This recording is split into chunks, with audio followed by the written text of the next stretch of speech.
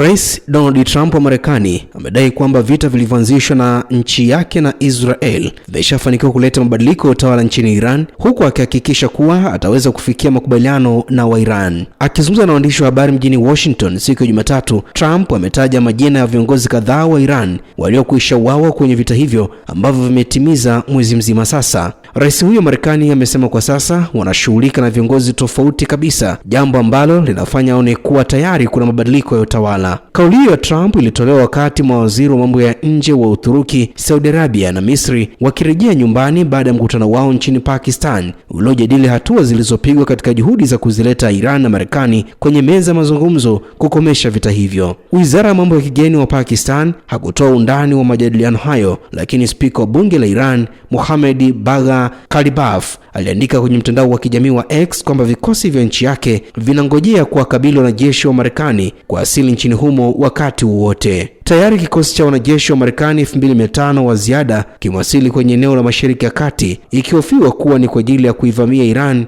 kupitia ardhini. Wakati huo vita vilivyoanzishwa na Marekani na Israel dhidi ya Iran vimeingia siku ya 31, huku kila upande ukizidisha mashambulizi na vitisho dhidi ya mwingine na vikigeuka kuwa vya kikanda. Jeshi la Israel lilisema liliadungua makombora mawili yaliyovurumishwa kutokea nchini Yemen mapema asubuhi ya Jumatatu, yakiwa mashambulizi ya pili kutokea Yemen baada ya yale ya Jumapili asubuhi ambapo wapiganaji wa Kihouthi walitangaza rasmi kujiunga na vita hivyo upande wa Iran. Milipuko mikubwa pia ilisikika usiku wa kuamkia Jumatatu katika maeneo mbalimbali nchini Israel, likiwemo eneo la viwanda la Beersheba. Nchini Iran kwenyewe, vyombo vya habari vya huko viliripoti kuwa mojawapo ya mitandao kwenye eneo la viwanda vya kemikali za petroli mjini Tabriz umeshambuliwa, lakini hakukuwa na taarifa za kuvuja kwenye kemikali za hatari. Jeshi la Israel lilisema kuwa ndani ya kipindi cha masaa 24 yaliyopita, ndege zake za kivita zilikuwa zimedondosha zaidi ya mabomu 120 mjini Tehran yaliyolenga maeneo yanayohusika na utafiti na utengenezaji wa silaha. Miongoni mwa majengo yaliyoshambuliwa ni vyuo vikuu, jambo ambalo lilifanya jeshi la Iran kuonya kwamba kwa sasa lingevilenga vyuo vikuu vya Israel na vile vyenye mahusiano na Marekani kwenye eneo zima la Mashariki ya Kati, pamoja na makazi binafsi ya maafisa na wanasiasa wa Israel na Marekani.